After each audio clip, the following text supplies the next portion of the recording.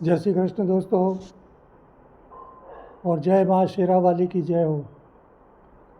दोस्तों,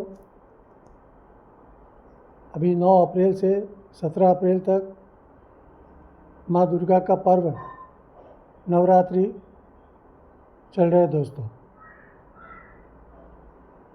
नवरात्रा दोस्तों क्या होता है, जिस दिन नवरात्र शुरू होते हैं वो हमारी सनातन संस्कृति का प्रथम दिन माना जाता है। दोस्तों, ऐसा माना जाता है कि उसी दिन हमारी सृष्टि की रचना हुई। दोस्तों, और चैत्र प्रतिपदा जो जिसे गुड़ी पड़वा भी बोलते हैं, विभिन्न प्रांतों में अलग अलग क्षेत्रों से उसको मनाया जाता है, तो वो बहुत ही शुभ पर्व माना जाता है। दोस्तों, विशेष करके जो शक्ति के उपासक होते हैं, जो शक्ति की उपासना करते हैं,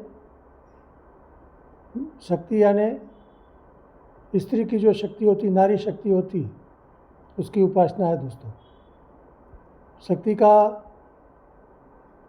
जो मूल व्याख्या है वो क्या है कि शक्ति, हमारे अंदर जो भी शक्ति है वो स्त्री रूपिणी मानी जाती है। दोस्तों, इसलिए उसको स्त्री लिंग के रूप में उसको शक्ति का नाम दिया गया है। तो दोस्तों, कहने का मतलब ये है, ये जो 9 दिन है एक ऐसी साधना का दिन है जिससे हम अपनी शक्ति का परिमार्जन कर सकते हैं। दोस्तों, हमें नई शक्ति, नई ऊर्जा इससे प्राप्त हो सकती है। दोस्तों, तो ये जो नवरात्रि होती है दोस्तों, ये बहुत ही शुभ पर्व माना जाता है। वैसे तो नवरात्रियाँ पूरे वर्ष में 4 नवरात्रियाँ आती है। दोस्तों, इसमें 2 तो प्रकट होती है और 2 गुप्त नवरात्रि मानी जाती है।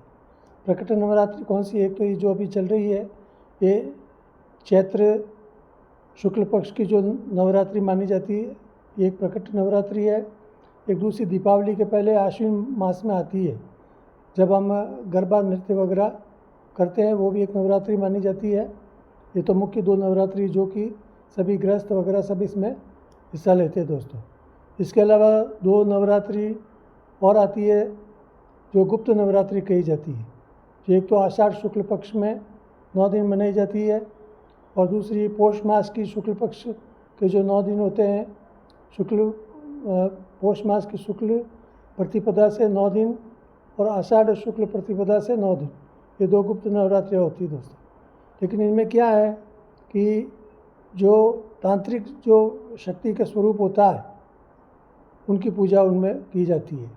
कोई भी तांत्रिक सिद्धियाँ यदि प्राप्त करनी चाहती है, कोई भी चाहता है, तो उसमें वो सिद्धियाँ उन गुप्त नवरात्रियों में की जाती है। लेकिन अभी जो चैत्री नवरात्रि जो चल रही है, ये सर्व सामान्य जन, जो भी ग्रस्त जन है वगैरह, कोई भी इनकी सेवा साधना करके इच्छित लाभ प्राप्त कर सकते हैं। दोस्तों, अब दोस्तों क्या होता है कि ये जो 9 दिन की जो साधना होती है, तो ये हर कोई व्यक्ति 9 दिन मतलब कि इसको पूरी तरह से कर नहीं पाते, क्योंकि 9 दिन के जो नवरात्र होते हैं वो उपवास करने पड़ते हैं। अखंड, कई लोग अखंड करते हैं, बिल्कुल उसमें भोजन वगैरह नहीं लेते। ठीक है, फलाहार वगैरह लेने की छूट होती है, दूध है, फल है वगैरह ऐसी चीज़ें वो ले सकते हैं, लेकिन सभी लोग ये कर नहीं पाते हैं। तो क्योंकि दुनियादारी में कई और दूसरी जिम्मेदारियाँ भी होती है, काम धंधे के हिसाब से भी कई मजबूरियाँ होती है, तो सभी लोग 9 दिन ये साधना नहीं कर पाते। तो ऐसे लोगों को फिर क्या करना चाहिए?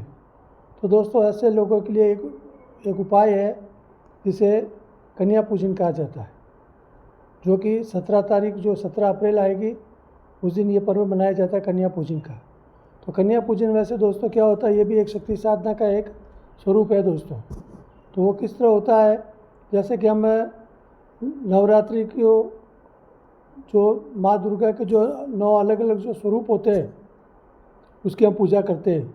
जैसे शैलपुत्री है, ब्रह्मचारिणी है, चंद्रघंटा है, कुष्मांडा है, स्कंद माता है, कात्यायनी है, कालरात्रि है, महागौरी और सिद्धिदात्री, ये 9 स्वरूप की हम पूजा करते हैं 9 दिन तक, एक एक दिन अलग अलग स्वरूप के रूप में।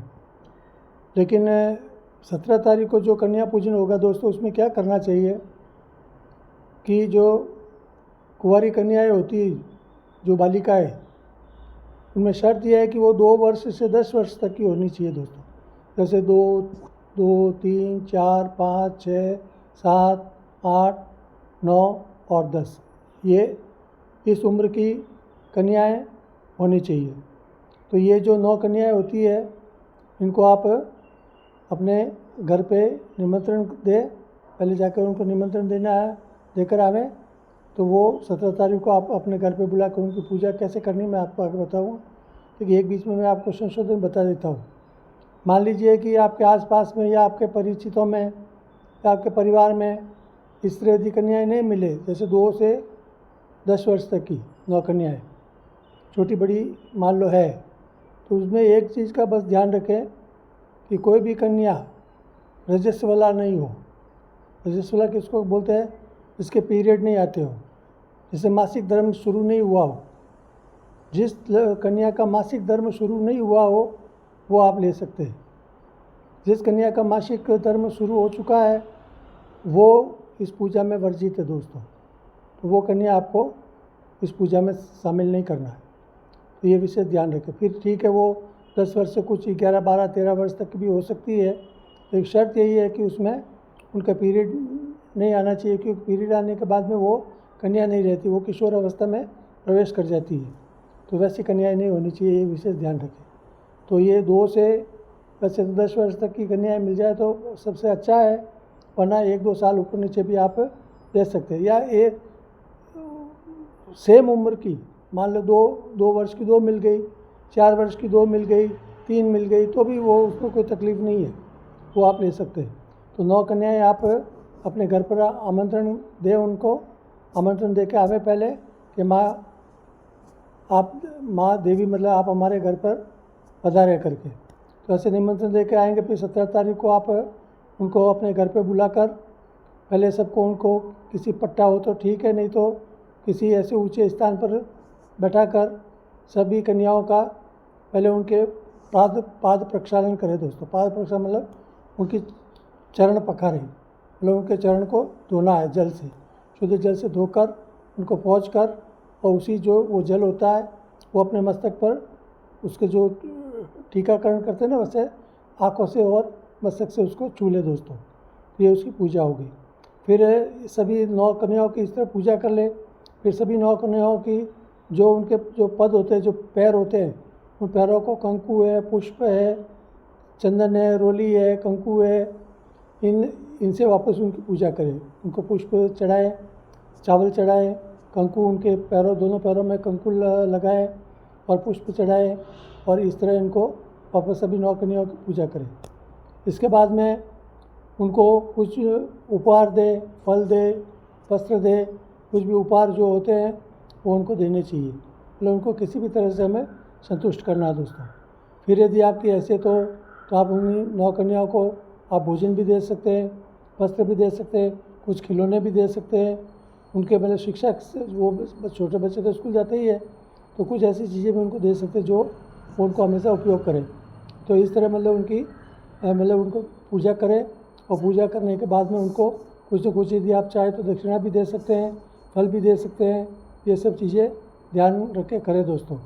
और सबसे अंत में सभी परिवार वाले साथ में मिलकर माँ दुर्गा की जो आरती है, जय अम्बे गौरी, या माँ लक्ष्मी की जो आरती होती है, जय लक्ष्मी माता, ऐसी कोई भी आरतियाँ आप गाकर उनकी आरती उतारें।